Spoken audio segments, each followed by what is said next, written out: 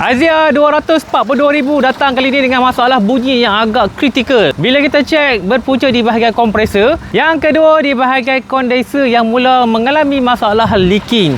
Bila mileage dah tinggi sampai 200,000, itu adalah benda yang biasa yang akan berlaku di kereta hampa. Bahagian kondenser yang pertama, 1 dan 2, di tempat yang hampa tengok ada gelap-gelap ni, dah mula mengalami tahap kebocoran. Bukan tu saja, di bahagian kompresor pun dah mula mengalami bunyi yang agak kuat dan dah mula leaking. Nampak tak di badan bodi dia? Bodi dia dah mula basah dengan minyak. Apa kesan kalau berbiak lama-lama? Satu, bunyi yang agak kuat berlaku di bahagian kompresor.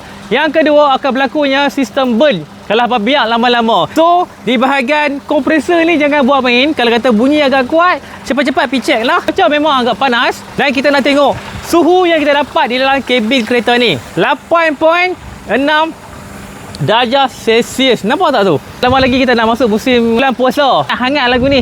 Dan pastikan kereta hampa dalam keadaan yang terbaik. Dan kalau video ni bermanfaat, tolong save video ni sebagai semerujukan hampa. Dan buat hampa yang berada di area Pulau Pinang dan balik pulau, selesaikan masalah gearbox hampa, ekor hampa di sini. Tolong save video ni sebagai semerujukan hampa.